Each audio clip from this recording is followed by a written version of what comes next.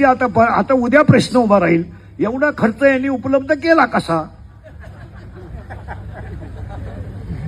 हे पैसे यांनी आणले कुठून? मग काही एक वर्ग असा म्हणेल जनतेतेच गोळा केले आणि जनतेला दिले, दुसरा वर्ग असा म्हणेल त्यांनी जनता लुटली,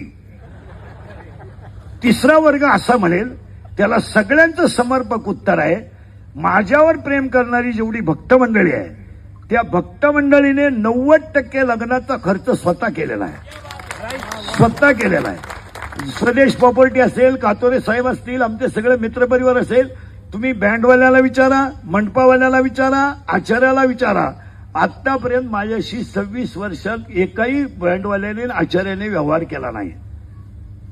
त्यामुळे तो ट्रोल करण्याचा कोणालाही अधिकार नाही. ज्यांना आता आम्हाला देणाऱ्यांनी दिलाय, त्यामुळे त्याच्यावर चर्चा व्हायचं काही काम नाही. आता फक्त मी तुम्हाला एवढंच सांगेन की ते ट्रोल करा काय, हा त्याच्या बौद्धिक पातळीचा प्रश्न आहे. महापौरांच्या पतीचे महिला सांगितलं तरी अश्लील चॅट्स 1.5 लाख रुपये जरी देऊन सोन्याची नळी आणली तर कुत्र्याचं शेपूट सरळ होत नाही, हा सिद्धांत. लुधियानाच्या सोन्याच्या नळीत जरी